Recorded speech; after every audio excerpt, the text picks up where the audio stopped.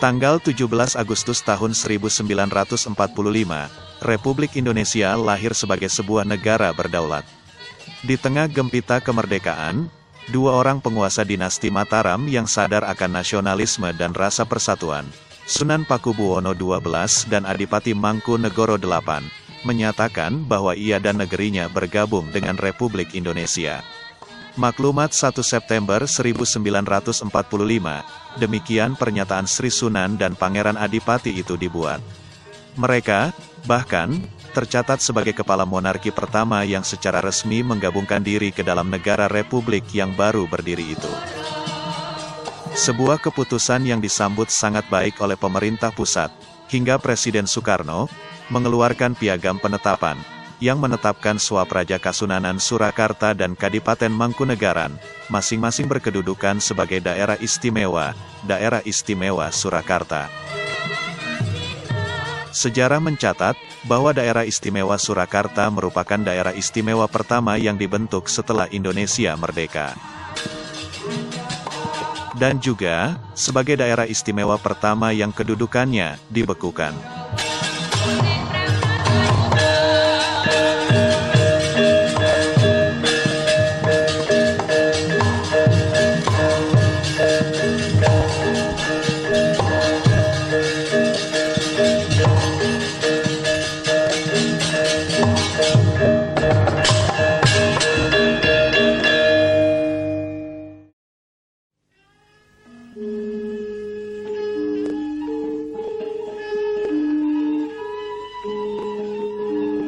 Di tengah kecamuk Perang Dunia Kedua, tanggal 1 Maret tahun 1942, militer Jepang, dengan kekuatan sekitar 100.000 orang, mendarat di Jawa melalui Cilegon, Indramayu, dan Rembang.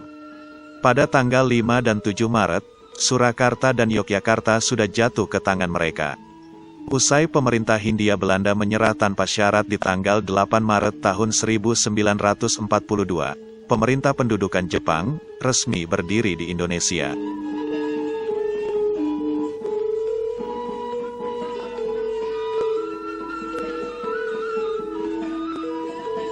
Dalam menjalankan pemerintahan, Jepang mengadakan reorganisasi struktur administrasi dan birokrasi, dari tingkat pusat hingga daerah.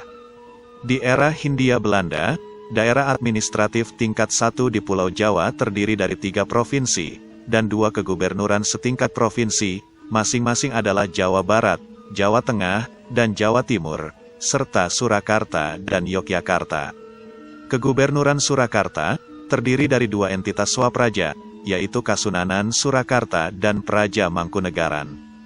Begitu pula dengan Kegubernuran Yogyakarta, yang mencakup Swapraja Kesultanan Yogyakarta dan Praja Pakualaman. Oleh pemerintah pendudukan Jepang, dalam Undang-Undang Nomor 27 Tahun 1942, Surakarta dan Yogyakarta diberi status sebagai Kochi, alias daerah istimewa, dengan masing-masing kepala kerajaan dan kadipaten yang memerintah disebut sebagai Ko.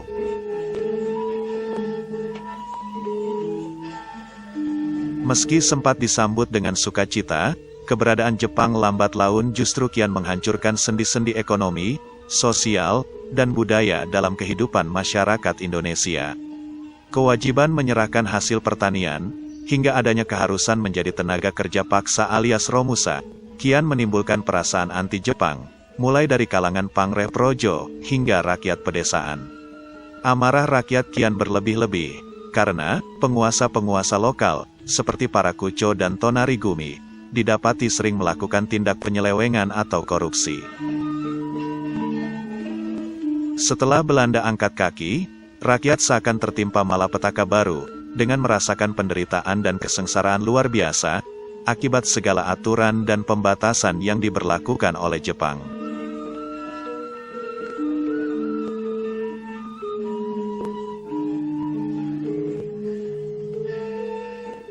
Kesengsaraan, yang bahkan turut dirasakan oleh mereka, orang-orang istana.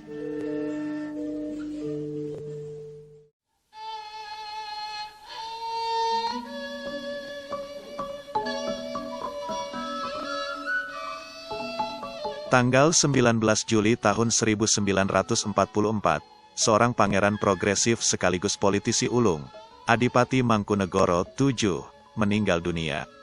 Putra tertuanya, Kanjeng Pangeran Haryo Hamijoyo Saroso, yang berusia sekitar 20 tahunan, dinobatkan sebagai Adipati Mangkunegaran berikutnya. Dengan status Kadipaten Mangkunegaran sebagai sebuah koci, maka Pangeran Hamijoyo, yang sudah bergelar Adipati Mangkunegoro VIII, juga menyandang jabatan sebagai Mangkunegaran Ko. Beliau juga bergabung dalam Tentara Pembela Tanah Air alias PETA, sebuah kesatuan militer bentukan Jepang, dan ditempatkan di Kesatuan Batalion II Manahan. Di awal pemerintahannya, Mangkunegaran sudah tidak mempunyai kekuatan militer, karena pasukan Legiun Mangkunegaran telah dibubarkan oleh Jepang. Malahan, untuk membantu mantan prajurit dan masyarakat yang terpaksa menjadi pengangguran karena berbagai kebijakan Jepang, setiap bulan Mangkunegaran harus mengeluarkan uang sejumlah 1.500 gulden.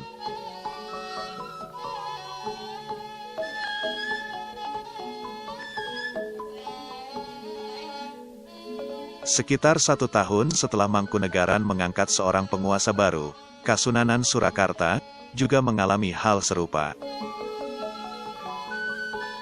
Sunan Pakubuwono XI, yang ketika itu berusia 59 tahun, meninggal dunia pada tanggal 1 Juni tahun 1945.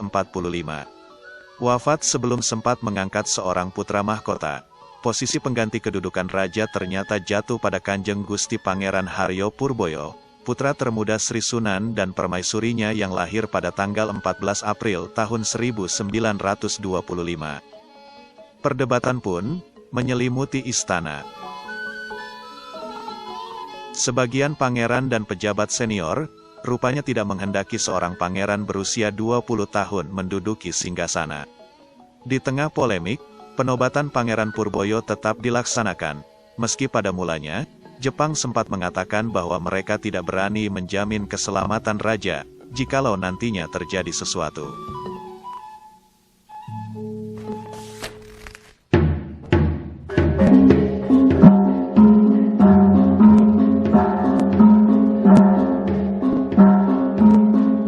Tanggal 12 Juli tahun 1945, di Bangsal Manguntur Tangkil, kawasan Siti Hinggil Utara Keraton Surakarta Hadiningrat, di hadapan segenap sentono, abdi dalem, para pejabat militer Jepang, serta rakyat Surakarta yang tergabung dalam berbagai organisasi masyarakat, Pangeran Purboyo akhirnya resmi dinobatkan sebagai Sri Susuhunan Pakubuwono XII. Dan ia otomatis juga menyandang kedudukan sebagai Surakartako.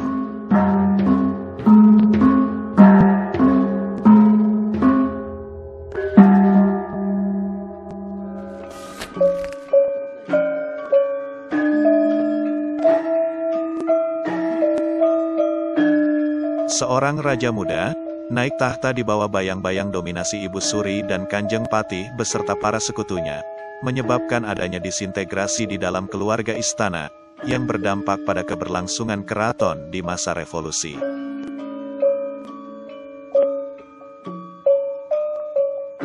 Meski demikian, diungkap oleh sang raja sendiri, bahwa kedudukannya sebagai Susuhunan Surakarta telah mendapat dukungan dari Soekarno.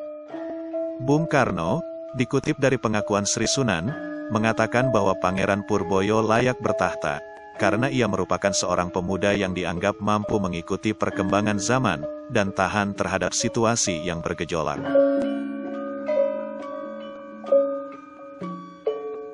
Sementara Sunan Pakubuwono XII masih merupakan sosok yang belum banyak memiliki jam terbang, bangsawan-bangsawan senior yang lebih berpengalaman akhirnya semakin ambil bagian dalam perpolitikan. Semasa berkuasa, Jepang memang menggunakan popularitas para bangsawan untuk memanfaatkan sumber daya manusia dan memobilisasi dukungan rakyat. Dari para bangsawan ini, beberapa adalah mereka yang pernah mengenyam pendidikan tinggi, dan aktif dalam organisasi pergerakan, seperti Kanjeng Gusti Pangeran Haryo Hadiwijoyo, Gusti Pangeran Haryo Suryo Hamijoyo, Bandoro Pangeran Haryo Sumodiningrat, dan Kanjeng Raden Mas Haryo Wuryaningrat. Pangeran Sumodiningrat, misalnya, adalah seorang cucu Sunan Pakubuwono X, dan tokoh Partai Indonesia Raya alias Parindra, sekaligus menjabat Komandan Batalion 2 Manahan dalam Kesatuan Tentara Peta. Ia juga terkenal aktif membina jaringan dengan kalangan militer di berbagai daerah, termasuk dengan para pegawai pribumi serta para bekas aktivis politik yang pernah ditahan oleh Belanda. Nama Wuryaningrat juga tercatat sebagai tokoh anti-Belanda dan pendukung gagasan Indonesia Merdeka. Putra Pati Sosrodiningrat IV ini sempat didapuk menjadi pemimpin gerakan 3A di Surakarta. Pun juga menduduki kursi anggota Chuo Sangiin yang berkedudukan di Jakarta pada tahun 1943, hingga akhirnya menjadi anggota BPUPKI dan PPKI pada hari-hari menjelang kemerdekaan Indonesia.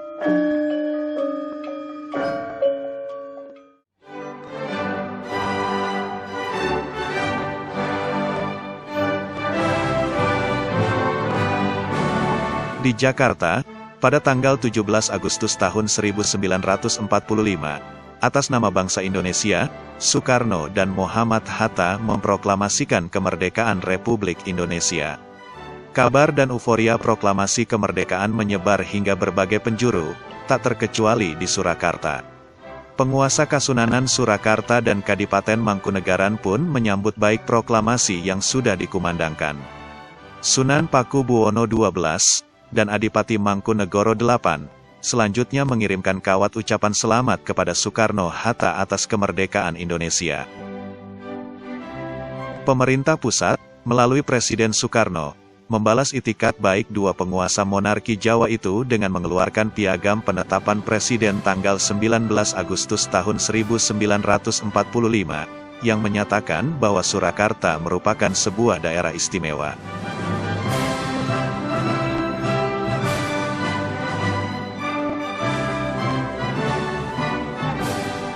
Pada sidang Panitia Persiapan Kemerdekaan Indonesia atau PPKI, diputuskan pula tentang pembentukan Komite Nasional Indonesia Pusat. Setelah itu, di tanggal 22 Agustus diadakan sidang KNIP yang membahas mengenai pembentukan Komite Nasional di daerah-daerah, yang disahkan melalui Undang-Undang Nomor 1, Tahun 1945. Dalam undang-undang itu, untuk pertama kalinya disebutkan tentang adanya sebuah bentuk pemerintahan yang disebut daerah istimewa.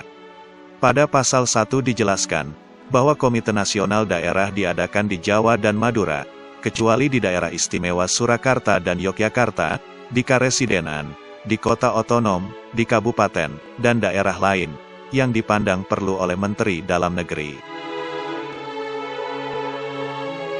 Tanggal 1 September tahun 1945, Sunan Pakubuwono XII dan Adipati Mangkunegoro VIII mengeluarkan maklumat resmi yang menyatakan bahwa negeri Surakarta dan Mangkunegaran, yang bersifat monarki atau kerajaan, adalah daerah istimewa dari negara Republik Indonesia. Keduanya berdiri di belakang pemerintah pusat negara Republik Indonesia, serta hubungan masing-masing monarki dengan pemerintah pusat di Jakarta adalah bersifat langsung.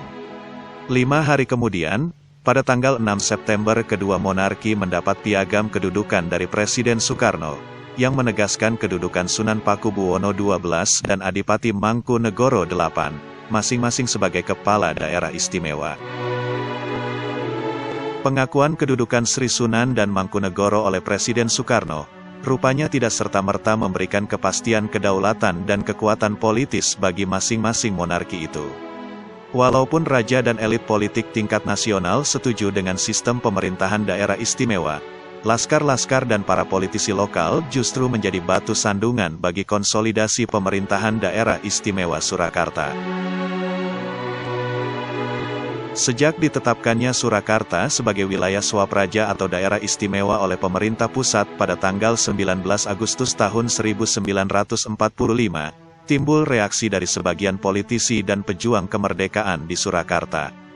Mereka beranggapan bahwa sistem pemerintahan monarki yang terwadah dalam bentuk daerah istimewa tidak sesuai dengan semangat revolusi. Mereka juga menginginkan agar pemerintahan dijalankan rakyat, bukan oleh Sri Sunan maupun Mangkunegoro.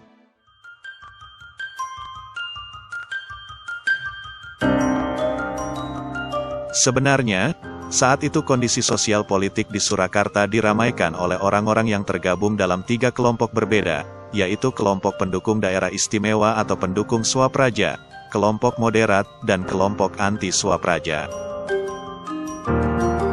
Adanya kelompok pendukung Swapraja didasari oleh keinginan masyarakat untuk mempertahankan sistem pemerintahan monarki yang sudah ada. Sebagian besar penggerak dan anggota kelompok ini berasal dari para bangsawan yang memegang jabatan di pemerintahan, serta kelompok-kelompok masyarakat yang memiliki ikatan kuat terhadap Keraton Surakarta dan Puro Mangkunegaran. Kelompok sosial ini berusaha mengorganisir diri untuk mengkonsolidasikan kekuatannya dalam menghadapi golongan yang menolak pemerintahan Swapraja. Mereka yang berada dalam barisan pendukung daerah istimewa, antara lain, Narpowandowo, Pakempalan Kawula Surakarta atau PKS, Pemuda Trasurakarta, Legiun Mangkunegaran, dan Pakempalan Kerabat Mangkunegaran.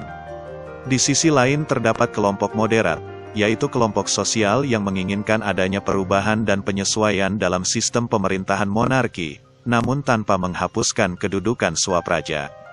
Pada umumnya, mereka adalah individu-individu yang masih memiliki hubungan kekerabatan dengan Keraton Surakarta maupun Puro Mangkunegaran, walaupun banyak pula orang-orang sipil dari luar istana yang terlibat dalam kelompok ini.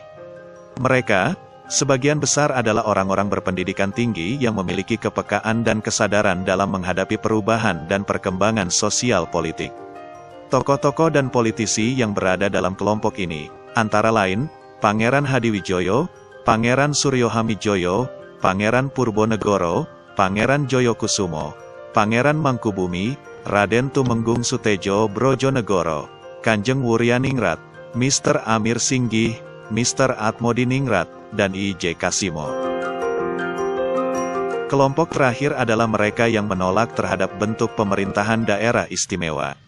Golongan anti-Swapraja ini menganggap bahwa pemberian otonomi oleh pemerintah pusat terhadap monarki Surakarta akan membawa dampak kurang baik terhadap rakyat. Orang-orang yang berada dalam golongan ini terdiri dari laskar-laskar dan milisi radikal, yang salah satunya adalah Barisan Banteng, para simpatisan Tan Malaka, termasuk pula tokoh-tokoh komunis yang pernah diasingkan pemerintah kolonial Belanda, serta para pemuda revolusioner yang tergabung dalam berbagai kelompok. Di luar golongan-golongan yang berbeda pandangan itu, sebelumnya, pada tanggal 22 Agustus tahun 1945, KNIP memutuskan untuk membentuk Komite Nasional di daerah-daerah. Pada tanggal 11 September diadakan rapat di dalam Wuryaningratan, kediaman Kanjeng Wuryaningrat, yang menjabat sebagai Ketua Panitia Pelaksanaan Kemerdekaan. Dalam kesempatan itu, disepakati pembentukan Komite Nasional Indonesia Daerah Surakarta atau KNIDS, untuk menguasai seluruh wilayah daerah istimewa Surakarta, yang di dalamnya terdapat Kasunanan Surakarta dan Kadipaten Mangkunegaran, serta merangkap sebagai pelaksana pemerintahan umum di kota Surakarta, termasuk melucuti tentara Jepang. Dengan dibentuknya KNIDS yang diketuai oleh Pangeran Sumodiningrat, seorang yang berasal dari kalangan militer sekaligus kerabat keraton, maka terlihat sikap mendua dari pemerintah pusat. Di satu sisi, pemerintah mengesahkan Kasunanan dan Mangkunegaran sebagai lembaga kekuasaan resmi. Tetapi di sisi lain pemerintah juga menunjuk KNIDS sebagai institusi yang bertugas mengambil alih kekuasaan dari tangan Jepang. Suatu hal yang aneh, karena menyebabkan daerah istimewa Surakarta diperintah oleh 3 institusi berbeda, yaitu Kasunanan, Mangkunegaran, dan KNIDS.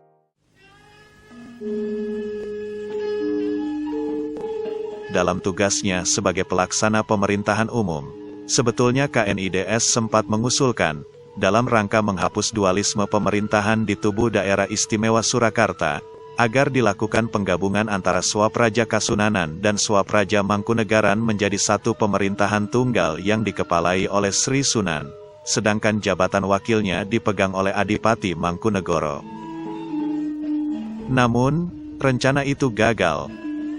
Berbeda dengan Adipati Paku Alam VIII yang berkenan menjadi wakil kepala daerah istimewa Yogyakarta mendampingi Sultan Hamengkubuwono IX, Adipati Mangkunegoro VIII tetap berkeinginan untuk berkedudukan sejajar dengan Sunan Pakubuwono XII, masing-masing sebagai kepala daerah istimewa.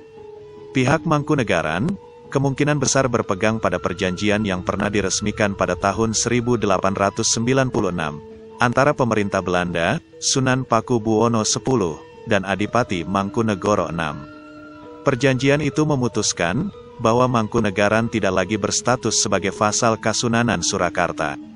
Berkat perjanjian itu, para Adipati Mangkunegaran berhasil menikmati kedudukan sebagai seorang pangeran merdeka yang berhak memerintah negerinya secara penuh dan terbebas dari dominasi Kasunanan, walaupun posisi Kadipaten Mangkunegaran tetap lebih rendah dari Kasunanan Surakarta, dan para penguasa Mangkunegaran masih diwajibkan untuk hadir di keraton ketika upacara grebek serta berbagai upacara penting lainnya.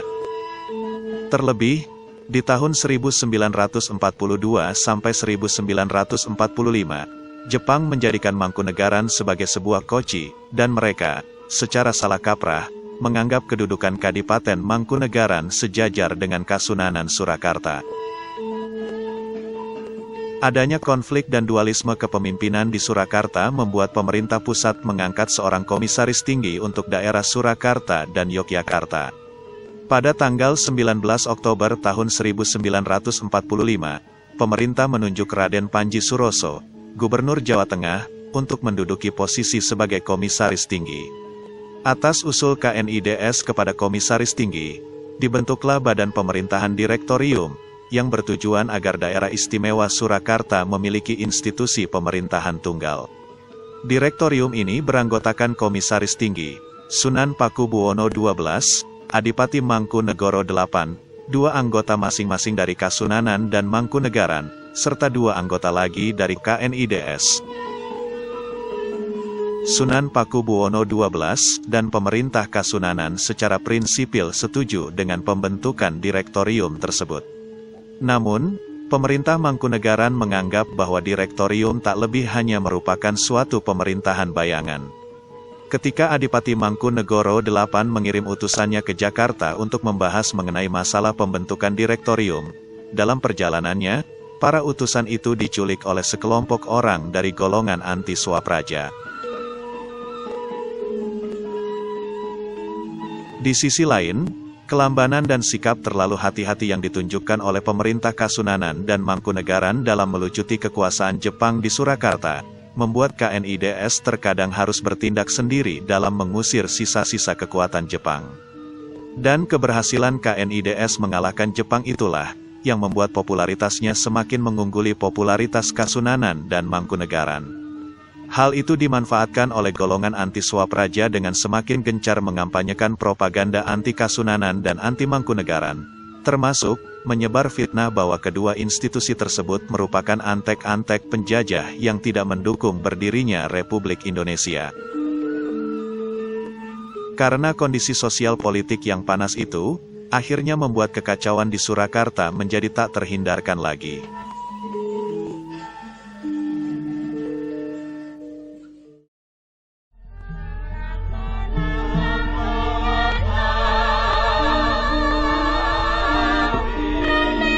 Kevakuman kekuasaan di Surakarta pada awal revolusi mengundang terjadinya konflik kepentingan dari masing-masing kelompok yang ada.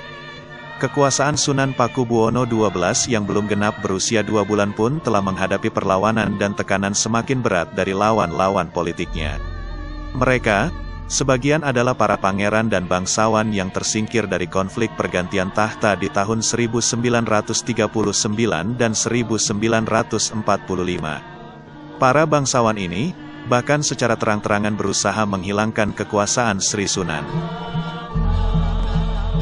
Begitu pula, dengan semakin banyaknya laskar-laskar militan yang mengampanyekan gerakan anti-daerah istimewa. Hari ke hari, gerakan anti-daerah istimewa alias anti-Swapraja semakin merajalela bahkan sampai ke desa-desa. Konflik meluas hingga menghasilkan berbagai bentuk kekerasan. Bentrokan sulit dihindarkan, dan korban mulai berjatuhan tanpa bisa dihindari lagi. Korban pertama adalah Kanjeng Raden Mas Haryo Sosrodiningrat V. Patih Kasunanan itu, hilang diculik sekelompok orang pada tanggal 17 Oktober tahun 1945. Untuk mengisi kekosongan jabatan, Sri Sunan melantik Kanjeng Raden Mas Tumenggung Yudonegoro. Pati ini kemudian juga mengalami nasib yang sama pada tanggal 15 Maret tahun 1946. Hampir sebulan kemudian, tepatnya tanggal 12 April 9 pejabat kepatihan menemui hal serupa.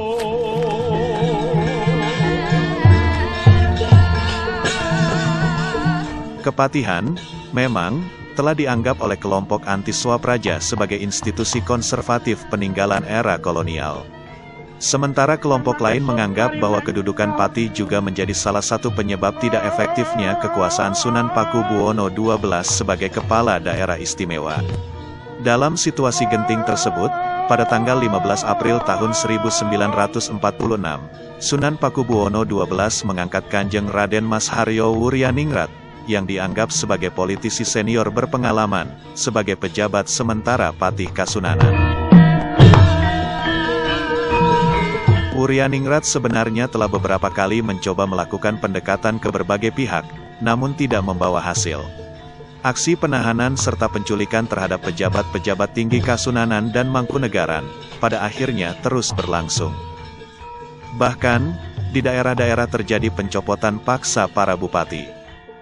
Kabupaten Klaten, yang sudah dikuasai oleh kaum anti-Swapraja, melepaskan diri dari Kasunanan pada tanggal 26 April tahun 1946, kemudian diikuti oleh kabupaten-kabupaten lainnya.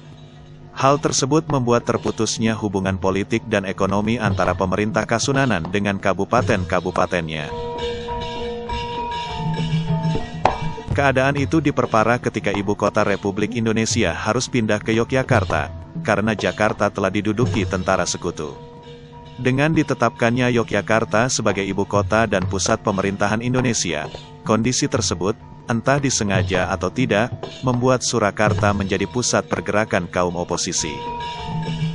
Persatuan Perjuangan, kelompok oposisi yang dipelopori oleh Tan Malaka, memiliki pengaruh besar di wilayah Surakarta.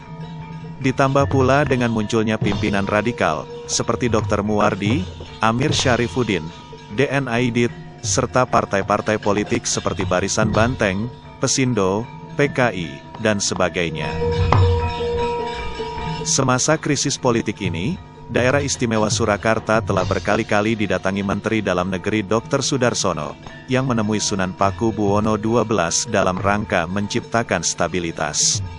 Pada pertemuan-pertemuan itu, Wuryaningrat mengusulkan agar pemerintahan daerah istimewa Surakarta untuk sementara dipegang oleh pemerintah pusat, dan pemerintahan akan dikembalikan kepada Sri Sunan dan Mangkunegoro bila sudah ada peraturan yang mengatur tentang daerah istimewa.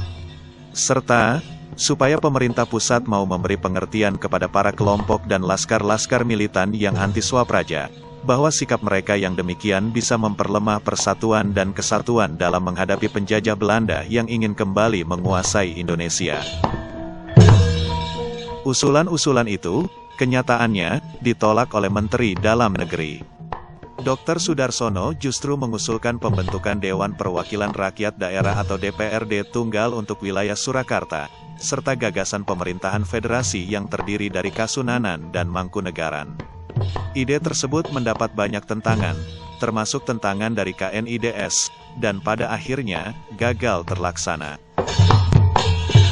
Sementara krisis masih berlanjut, kepolisian dan militer Republik Indonesia di Surakarta juga belum mampu menjaga keamanan dan ketertiban sepenuhnya. Badan Keamanan Rakyat alias BKR Surakarta yang dipimpin oleh Raden Mas Mulyadi Joyomartono, tidak mampu menggabungkan seluruh kekuatan militansi di Surakarta. Penyerapan badan-badan perjuangan ke dalam tubuh BKR tak dapat terlaksana secara sempurna. Bahkan, di daerah-daerah, masih tumbuh beberapa organisasi bersenjata. Pada tanggal 29 April tahun 1946, lahir mosi dari kepolisian, Pamong Praja, Barisan Banteng, Masyumi, Hizbullah, GRI, PNI, dan berbagai kelompok lainnya, yang berisi tuntutan agar daerah istimewa Surakarta dihapuskan dan statusnya diubah menjadi karesidenan. Situasi kian panas, ketika kelompok anti-Swapraja bahkan berani menerobos pintu keraton Surakarta, lalu menculik Sunan Pakubuwono XII dan Ibu Suri Gusti Kanjeng Ratu Pakubuwono beserta Pangeran Suryo Hamijoyo. Karena posisinya yang terus terdesak, Maka pada tanggal 30 April tahun 1946, Sunan Pakubuwono XII dan pemerintah Swapraja Kasunanan Surakarta menyerahkan kembali maklumat pemerintah tentang pemberian status otonomi khusus terhadap Kasunanan Surakarta. Pemerintah Swapraja Kasunanan juga menyatakan bahwa semua pegawai pemerintahan di wilayah Kasunanan kini berada di bawah kekuasaan pemerintah Republik. Pernyataan tersebut, secara tidak langsung, membuat Kasunanan Surakarta melepaskan status otonominya sebagai daerah istimewa.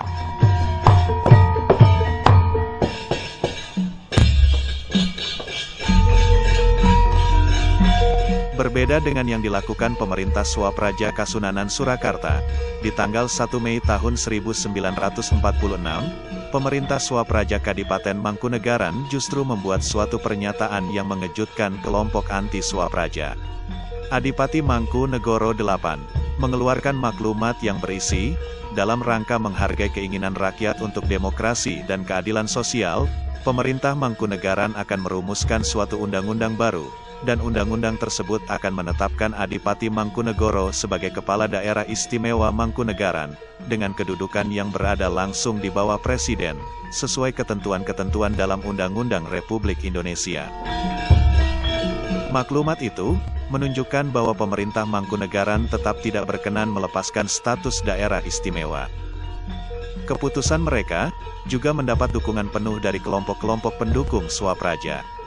Pada tanggal 28 Mei tahun 1946, di lapangan Kepanewon Giriwoyo, Kabupaten Wonogiri, diadakan rapat raksasa dalam rangka mendukung kedudukan daerah istimewa. Sebelumnya, di tanggal 7 Mei juga telah diadakan rapat serupa, yang dihadiri lebih dari 3.000 orang. Rumah Wahyud Sangyak Sentro Kororupo. Aksi-aksi tersebut, tentunya, sangat tidak disukai oleh golongan anti-Swapraja. Melihat situasi panas yang tak kunjung reda, tanggal 22 sampai tanggal 23 Mei tahun 1946, Perdana Menteri Sultan Syahrir menyempatkan diri untuk mengunjungi Surakarta. Syahrir didampingi beberapa menteri, termasuk Menteri Dalam Negeri Dr. Sudarsono, merencanakan suatu pertemuan dengan pemerintah Kasunanan dan Mangkunegaran. Pertemuan di gedung yang sekarang menjadi Gedung Bank Indonesia Surakarta itu nyaris batal, karena Syahrir sempat diculik oleh sekelompok orang, meski akhirnya dibebaskan.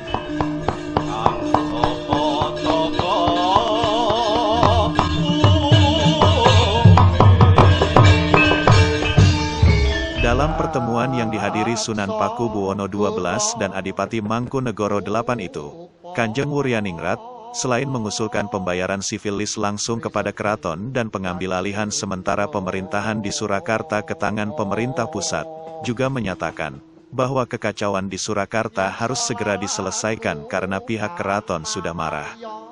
Menurut Wuryaningrat, gerakan menentang daerah istimewa berarti menentang Undang-Undang Dasar, dan itu sama saja dengan menentang pemerintah pusat, karena yang memberikan status daerah istimewa kepada Surakarta adalah pemerintah Republik Indonesia.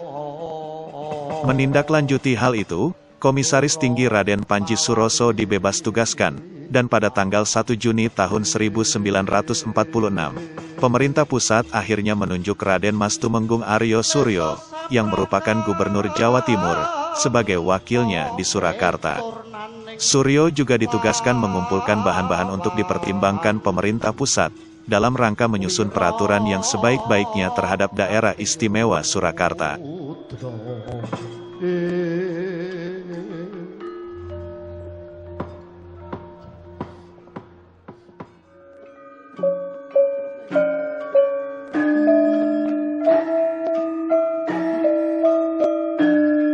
Segala keputusan pemerintah pusat itu, ternyata tak kunjung meredakan konflik yang ada. Akibat masih maraknya peristiwa penculikan dan pembunuhan, serta lepasnya kabupaten-kabupaten dari pemerintah Swapraja, membuat Kesatuan Tentara Divisi 4 di bawah pimpinan Mayor Jenderal Sutarto mengadakan stabilisasi keamanan dan ketertiban dengan membentuk Pemerintah Tentara Rakyat. Sebagai tindak lanjut, pemerintah mengeluarkan penetapan pemerintah tanggal 6 Juni tahun 1946, yang menyatakan bahwa wilayah Surakarta dalam keadaan bahaya. Serta, mengeluarkan Undang-Undang Nomor 6 Tahun 1946, yang intinya membentuk Dewan Pemerintahan Rakyat dan Tentara, dengan diketuai oleh Sudiro dari fraksi Barisan Banteng.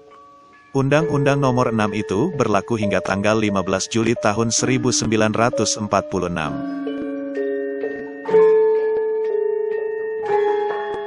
Sementara, untuk mengendalikan keamanan dan ketertiban, melalui penetapan Pemerintah Nomor 16/SD/1946, pemerintah pusat akhirnya memutuskan untuk menghapus jabatan komisaris tinggi, serta merubah status daerah istimewa Surakarta menjadi sebuah karesidenan untuk sementara waktu, dan membentuk pemerintah kota Surakarta. Penetapan pemerintah tahun 1946 tersebut, dengan tegas menjelaskan tentang pembekuan pemerintahan Swapraja alias daerah istimewa, termasuk membentuk jabatan residen sekaligus merangkap sebagai wali kota untuk menjalankan pemerintahan. Di bulan Juli pada tahun yang sama, dalam kunjungannya di Surakarta, Presiden Soekarno mengangkat Mr. Iskak Cokroadi Suryo dan Sudiro sebagai residen dan wakil residen Surakarta. Residen Iskak dan wakilnya pun menghasilkan beberapa keputusan, termasuk menghapus batas Kasunanan Surakarta dan Kadipaten Mangkunegaran dalam wilayah Karesidenan Surakarta, menyatukan ibu kota Kasunanan dan Mangkunegaran menjadi satu dalam pemerintahan kota Surakarta, mengubah Komite Nasional Daerah menjadi Badan Perwakilan Rakyat, membentuk DPRD di kota Surakarta dan tiap-tiap kabupaten, membebaskan para pejabat keraton yang pernah diculik, serta menjadikan para pegawai Kasunanan dan Mangkunegaran sebagai pegawai daerah otonom baru, dan mereka dinyatakan tidak berada lagi di bawah pimpinan Sunan Paku Buwono XII dan Adipati Mangkunegoro VIII.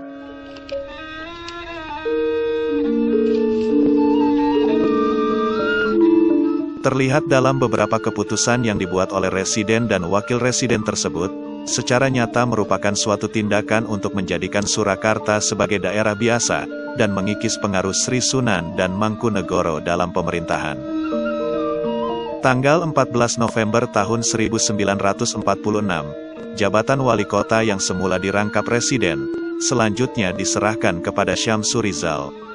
Dan pada tanggal 6 Desember tahun 1946, pemerintah pusat mengangkat Mas Sutarjo Kartohadikusumo sebagai residen Surakarta.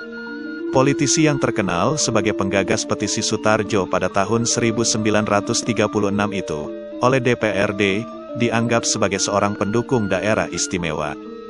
Sutarjo kemudian didongkel dari kedudukannya oleh DPRD pada tanggal 27 Maret tahun 1947. Dan Sudiro selaku wakil residen naik jabatan sebagai residen Surakarta berikutnya. Residen Sudiro, yang didukung oleh DPRD dan kelompok-kelompok anti-Swapraja, bertekad untuk menghapus seluruh peluang yang bisa membuat Karesidenan Surakarta dipulihkan kedudukannya menjadi daerah istimewa. Dan, manuver mereka, boleh dikatakan sangat berhasil. Lewat diberlakukannya Undang-Undang Nomor 16 tanggal 2 Juni tahun 1947, tentang pembentukan Kota Praja Surakarta, maka terbentuklah pemerintahan otonom mandiri atas Kota Surakarta yang merupakan ibu kota Kasunanan dan Mangkunegaran. Adanya kedudukan wali kota Surakarta, otomatis, menutup kemungkinan kembali berkuasanya Sunan Paku Buwono XII dan Adipati Mangkunegoro VIII, karena sejak saat itu, mereka tidak memiliki kendali atas wilayah ibu kota negerinya. Kuasa Sri Sunan dan Mangkunegoro atas teritori dan kaulanya, telah diambang paripurna.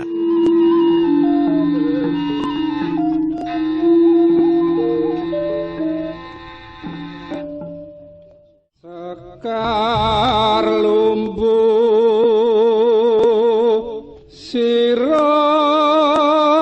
Terbentuknya jabatan residen, kemudian wali kota, ditambah pula kabupaten-kabupaten yang melepaskan diri dari pemerintah Swapraja Kasunanan dan Mangkunegaran, menyebabkan kedudukan daerah istimewa Surakarta semakin tenggelam dalam bayang-bayang ketidakpastian.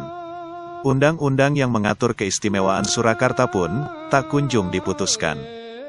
Silang sengkarut ini, semakin diperparah dengan datangnya penjajah Belanda, yang masih dengan kerakusannya, ingin kembali mencengkeramkan kuasanya atas Republik Indonesia. Di tengah kemelut sedemikian, Sunan Pakubuwono XII selaku pemimpin tertinggi Kasunanan Surakarta, senantiasa berpegang pada komitmennya, yaitu mendukung sepenuhnya kedaulatan Republik Indonesia. Ketika pecah agresi militer Belanda pada pertengahan tahun 1947 dan akhir tahun 1948, Sunan Pakubuwono XII, yang juga berpangkat Letnan Jenderal tituler, berulang kali turut mendampingi Presiden Soekarno saat meninjau front pertempuran di Jawa Tengah dan Jawa Timur.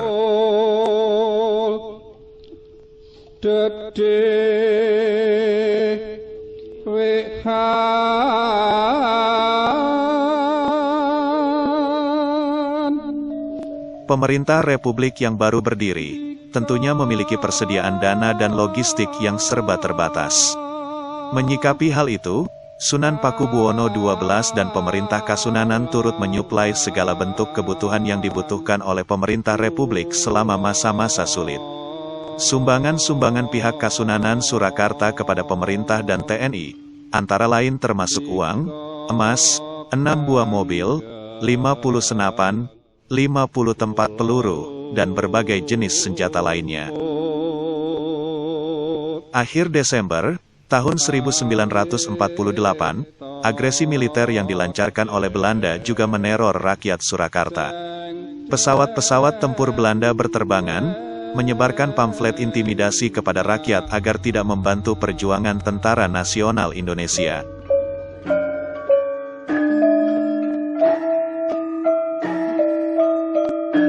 Pertempuran dan pembunuhan pecah di daerah Srambatan dan Pasar Kembang.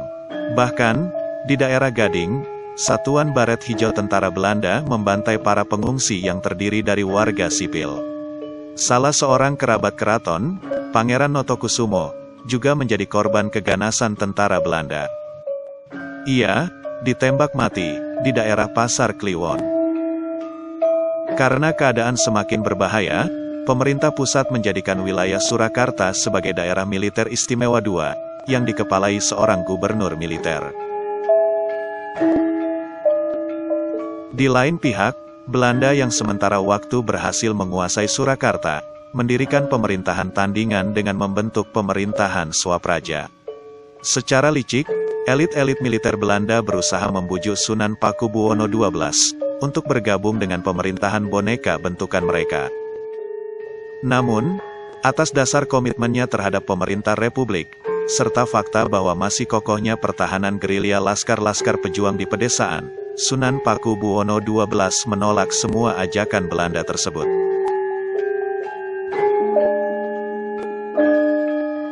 Sunan Pakubuwono XII ternyata secara diam-diam memilih bekerja sama dengan Tentara Nasional Indonesia. Tanggal 5 Agustus tahun 1949, terjadi perundingan antara pihak Belanda dengan Keraton Surakarta, yang sesungguhnya, pertemuan itu merupakan operasi kegiatan sandi militer Indonesia. TNI, yang bekerja sama dengan Sri Sunan, menggunakan taktik pendekatan guna mengetahui rahasia strategi musuh. Fakta itu dapat dilihat dalam dokumen Gubernur Militer TNI yang mengatur tentang mekanisme hubungan dengan Kasunanan dan Mangkunegaran melalui Mayor Ahmadi, selaku Komandan Daerah Teritorial Militer Surakarta.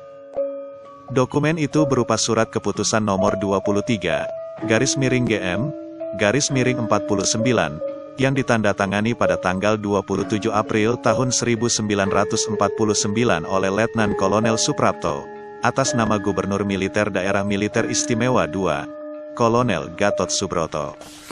Surat yang telah ditembuskan ke berbagai pihak itu, menyimpulkan, bahwa hubungan antara Keraton Surakarta dengan pihak luar telah diatur oleh TNI.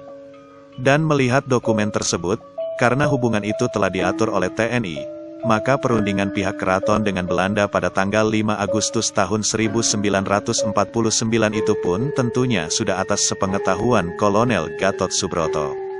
Tetapi, oleh sebagian orang awam yang tidak mengetahui, perundingan itu secara salah kaprah dilihat sebagai persekongkolan antara Keraton Surakarta dengan militer Belanda. Isu tersebut dimanfaatkan oleh golongan anti Swapraja, yang semakin memperkeruh keadaan dengan kembali mengampanyekan fitnah-fitnah, menuduh Sri Sunan telah bekerja sama dengan Belanda.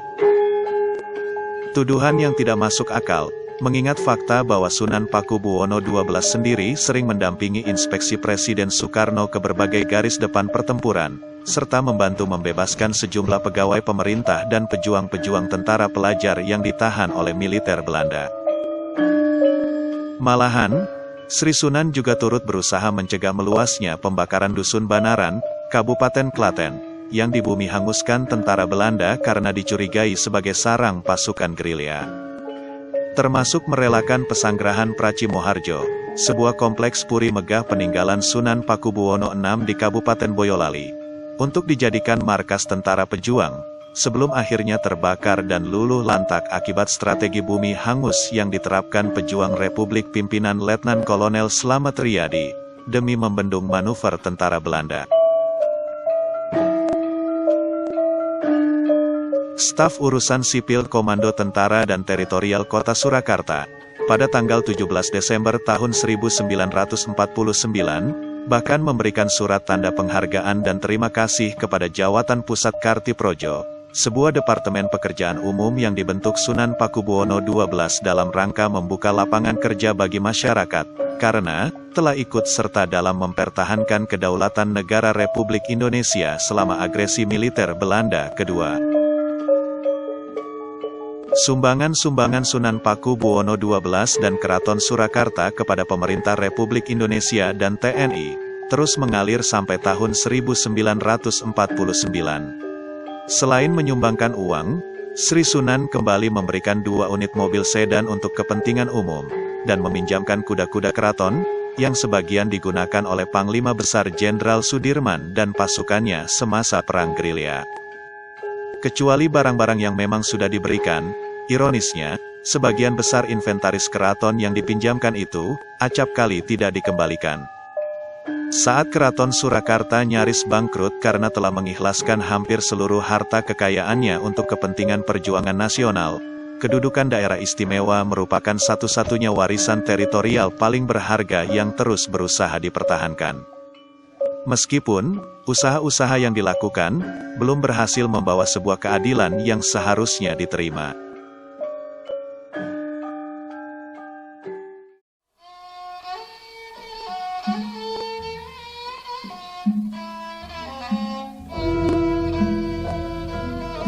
Pertengahan bulan Agustus tahun 1949, Presiden Soekarno mengirim seorang kurir ke Keraton Surakarta, yang bertugas menyampaikan pesan pengangkatan Sunan Pakubuwono XII, tanpa surat keputusan resmi, sebagai Menteri Negara Sementara, dalam rangka memperkuat posisi delegasi Indonesia pimpinan Perdana Menteri Muhammad Hatta dalam konferensi meja bundar yang digelar di Den Haag, Belanda, Desember menjelang.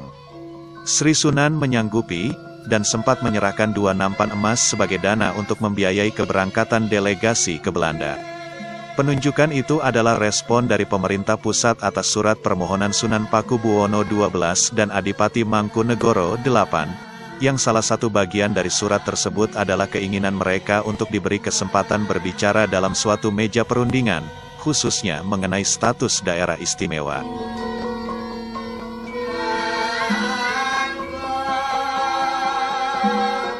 Sri Sunan bersama Mangkunegoro akhirnya turut berangkat ke negeri Belanda. Di sana, dalam perundingan panjang hingga tanggal 2 November tahun 1949, masalah daerah istimewa juga menjadi salah satu pokok yang dibahas. Terlepas dari masalah suap raja, hasil terpenting dari konferensi meja bundar di Den Haag adalah terbentuknya Republik Indonesia Serikat. Selanjutnya, pada tanggal 27 Desember tahun 1949, bertempat di Istana Dam, Amsterdam, Belanda akhirnya resmi mengakui kedaulatan Indonesia. Kemudian, pasca konferensi, jabatan Menteri Negara yang disandang oleh Sunan Pakubuwono XII, dicopot begitu saja, tanpa perintah lisan ataupun tertulis dari pemerintah pusat.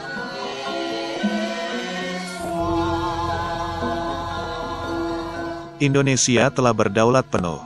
Ibu kota dan kedudukan pemerintah pusat sudah kembali ke Jakarta.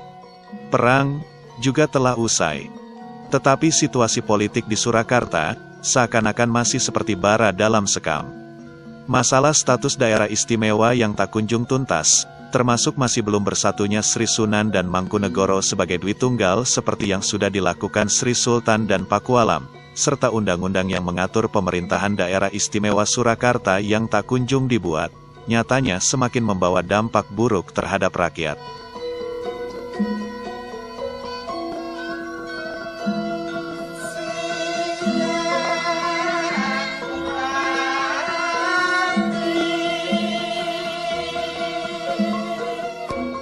Kondisi perekonomian yang terus merosot akibat konflik politik, membuat rakyat mulai bergerak.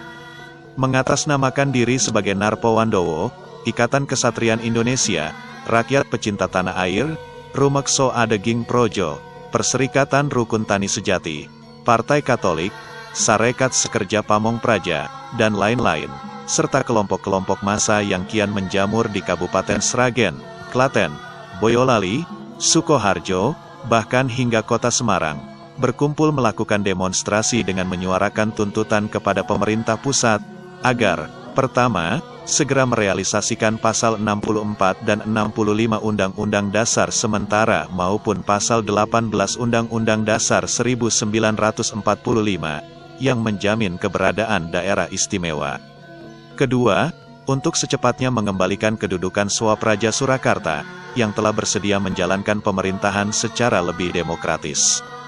Dalam pertemuan dengan utusan Kementerian Dalam Negeri pada tanggal 4 sampai tanggal 5 Januari tahun 1950 di Surakarta, Sunan Pakubuwono XII juga mengajukan konsep rinci mengenai struktur maupun pelaksanaan pemerintahan Swapraja Surakarta. Poin-poin dalam rincian itu, antara lain, status Sunan Pakubuwono XII sebagai Kepala Swapraja Surakarta yang di bawahnya terdapat para wali kota dan bupati, serta membentuk Dewan Pemerintahan dan Dewan Perwakilan Rakyat Swapraja, sebagai realisasi sebuah sistem pemerintahan yang demokratis sesuai kehendak rakyat. Di sisi lain, kelompok anti-Swapraja yang meradang setelah mengetahui gelaran demonstrasi-demonstrasi kelompok pendukung Swapraja, seketika melakukan kontraaksi, dengan membentuk panitia anti-Swapraja alias PAS.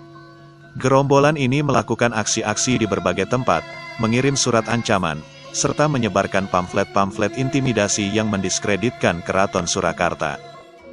Parahnya lagi, ketika Keraton Surakarta sedang menggelar upacara tinggalan dalam Jumenengan Sunan Pakubuwono XII yang kelima, pada tanggal 23 Mei tahun 1950, PAS secara kurang ajar melancarkan gangguan-gangguan fisik, mulai dari mencaci maki lawan politiknya di muka umum, hingga melakukan pelemparan batu di lokasi upacara serta di tempat para tamu keraton bermalam.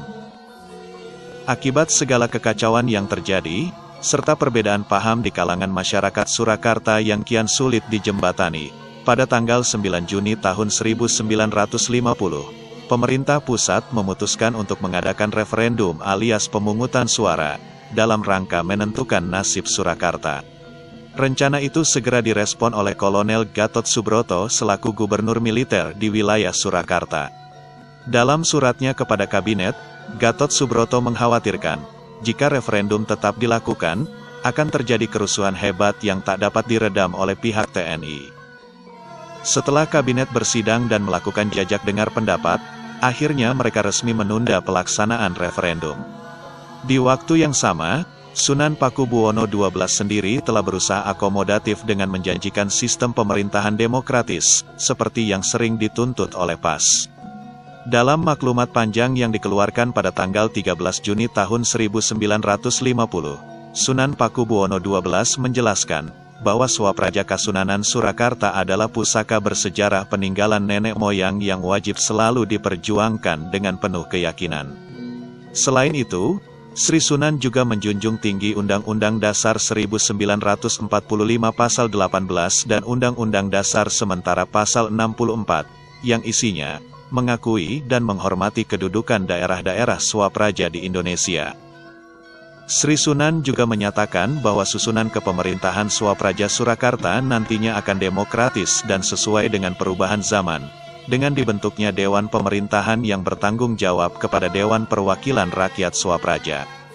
Termasuk, dengan ikhlas dan semufakat dengan pemerintah Republik Indonesia, Sri Sunan bersedia menghapus adat istiadat lapuk yang dapat menghambat kemajuan masyarakat dan kepribadian manusia.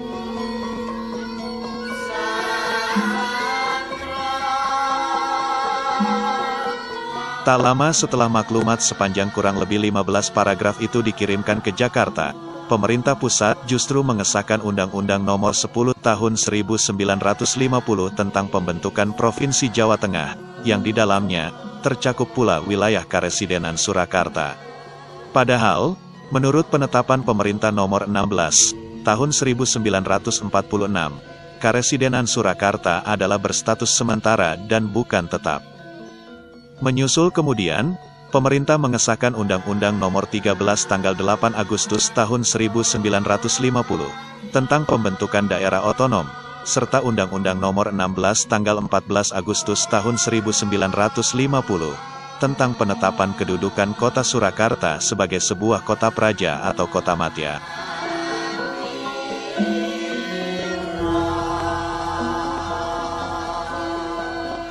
Sebuah hal yang tak kalah mirisnya, jika tidak ingin dikatakan sebagai tindakan memiskinkan keraton, adalah, sejak saat itu, aset-aset berharga milik Kasunanan Surakarta dan Kadipaten Mangkunegaran seperti perkebunan-perkebunan dan pabrik-pabrik gula, serta berbagai bangunan dan beberapa luas tanah, diambil alih oleh pemerintah.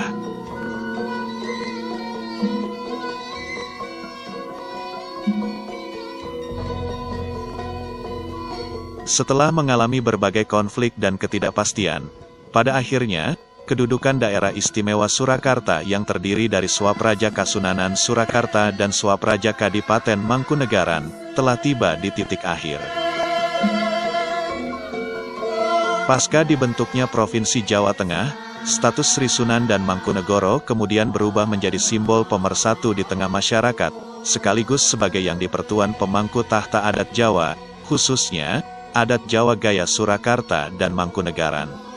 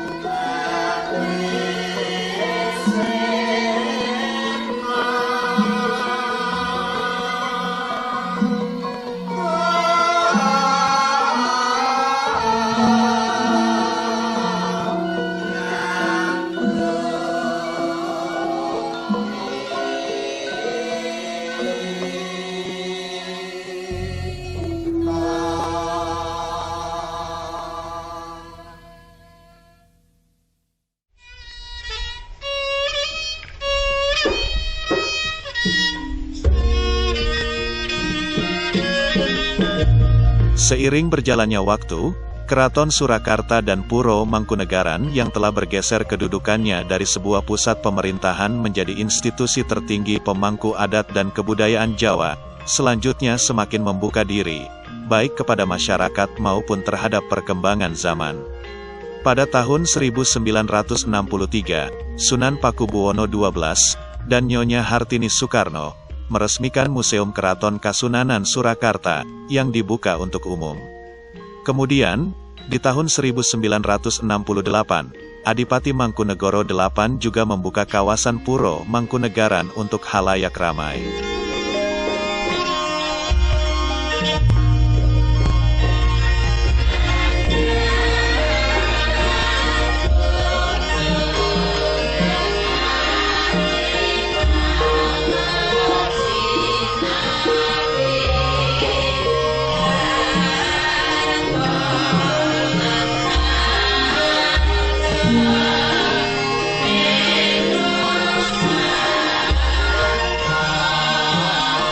Selanjutnya, dari waktu ke waktu, terobosan dan sumbangsi Keraton Surakarta dan Puro Mangkunegaran terhadap kemajuan serta pengembangan ilmu pengetahuan dan budaya Jawa terus dilakukan. Bahkan, ketika di tengah keterbatasan biaya,